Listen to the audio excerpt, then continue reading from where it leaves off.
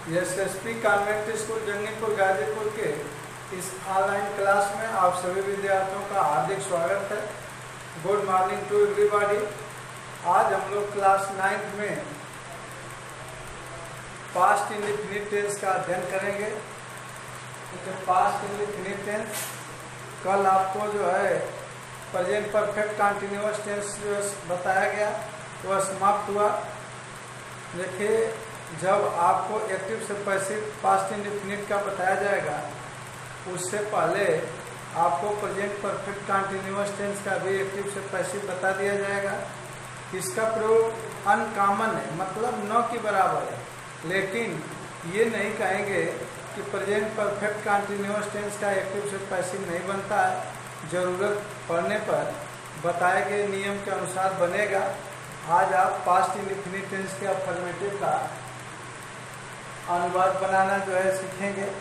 सबसे पहले देखिए हिंदी के वाक्य का पहचान। इसका पहचान क्या है? इस टेंस के वाक्य से किसी कार्य का होना भूतकाल में पाया जाता है। ध्यान देंगे, इस टेंस के वाक्य से किसी कार्य का होना भूतकाल में पाया जाता है। इसके हिंदी वाक्य के अंत में था, था, थी, थे, आ, ई, ये आदि करके शब्द आते हैं। और इसमें जो है कार्य के प्रारंभ और समाप्त होने का समय अनिश्चित होता है। जैसा कि आपको बताया गया है, आप जानते भी हैं कि इंडेफिनिट का हिंदी में अर्थ होता है अनिश्चित। इसलिए इसमें जो काम होता है उसका जो समय होता है प्रारंभ और समाप्त होने का, वह क्या होता है? अनिश्चित होता है। तो देखिए, आपसे अगर कोई पहचान पूछता है तो 3 बात। पहला, इस टेंस के वाक्यों में किसी कार्य का होना भूतकाल में पाया जाता है।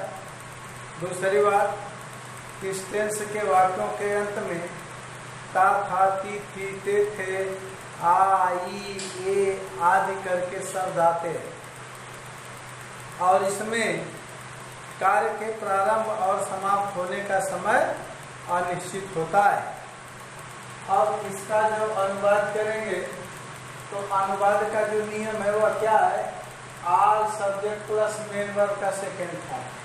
सब्जेक्ट चाहे सिंगुलर हो चाहे प्लूरल, सबके साथ मेन वर्ब के सेकेंड फॉर्म का प्रयोग करके ऑब्जेक्ट लिखा जाता है। यानी ये जो है इसका अंग्रेजी के वाक्य का पहचान हो गया कि सभी सब्जेक्ट के बाद, किसी भी सब्जेक्ट के बाद यदि मेन वर्ब का सेकेंड फॉर्म आया हो तो आप जान लीजिए कि वह टेंस कौन सा है? पास्ट इंडेफिनिट टेंस है। अगर हिंदी वाक्य के अंत में था, थी, थे, आ, ई, ए आया हो तो वह जो है हिंदी का वाक्य किस टेंस का है? पास्ट इंडेफिनिट टेंस का है। तो ये हिंदी और अंग्रेजी दोनों का ये पहचान है। जब आप आगे नरेशन पढ़ेंगे, एक्टिव पैसिव पढ़ेंगे, तो बिना टेंस के ज्ञान का न तो आप एक्टिव पैसिव जान पाएंगे न तो आप नरेशन जान पाएंगे। तो इसलिए इसको ध्यान से देखिएगा। और एक बात और समझिएगा, जब आपको अनुवाद में कोई भी जो है पैसेज दिया जाता है तो प्रायः जो पैसेज होता है उसमें जो घटना होती है वह पास्ट टेंस में होती है। सामान्यतः वह जो पैसेज होता है उसमें अधिकांश वाक्य पास्ट टेंस के होते हैं। तो इसलिए भी इसका जो है इम्पोर्टेंट थोड़ा ज़्यादा है और इसको आप ध्यानपूर्वक पढ़ेंगे। पहचान हो गया। अब जो है इसमें इसका नियम है, किसी भी सब्जेक्ट के साथ मेन वर्ब का सेकेंड फॉर्म और ऑब्जेक्ट आता है।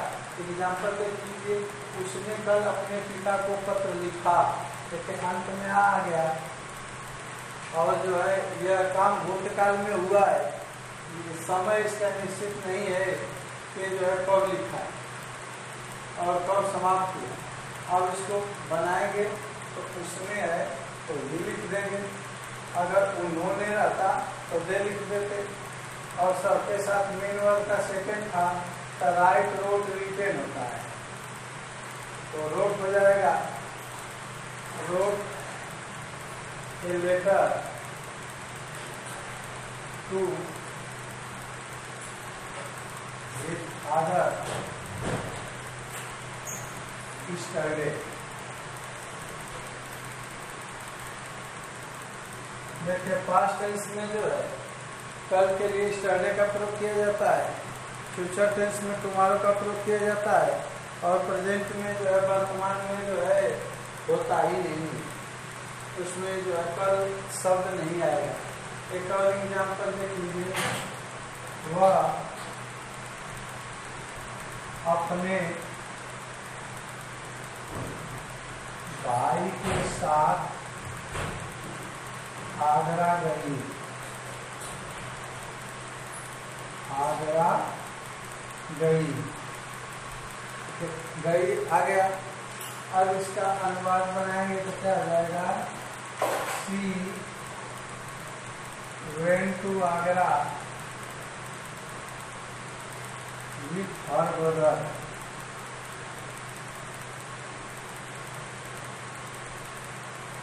विथ हर ब्रदर, इस तरह से बनाएंगे। अब आगे देखिए, यदि वाक्य में सका, सकी, सके आया है तो उसमें वर्ब के पहले जो है कुड का प्रयोग किया जाता है। अब इसका स्ट्रक्चर क्या होगा, all subject plus could plus main verb का फर्स्ट पार्ट प्लस ऑब्जेक्ट।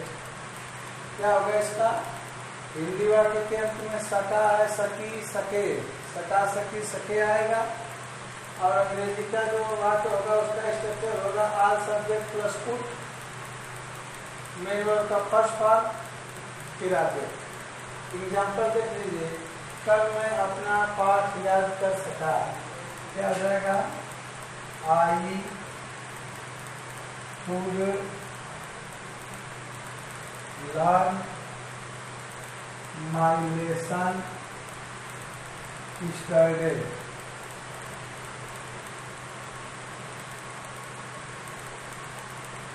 ठीक है, इस तरह से जो है इसका अनुवाद बनाएं।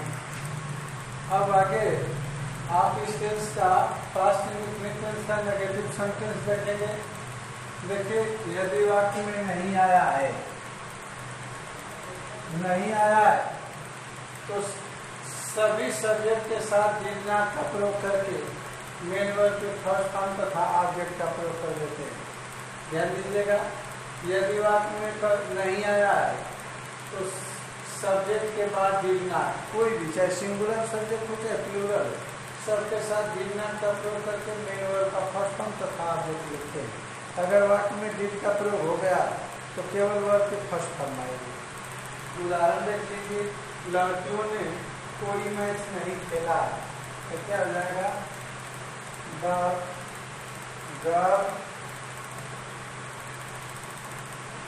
did not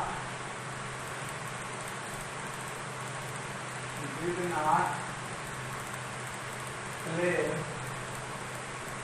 any match। इस तरह से। फिर इसके बाद देखिए, यदि वाक्य में जो है कभी नहीं आया हो, कभी नहीं आया हो तो इसके लिए किसका प्रयोग करते हैं, नेवर का।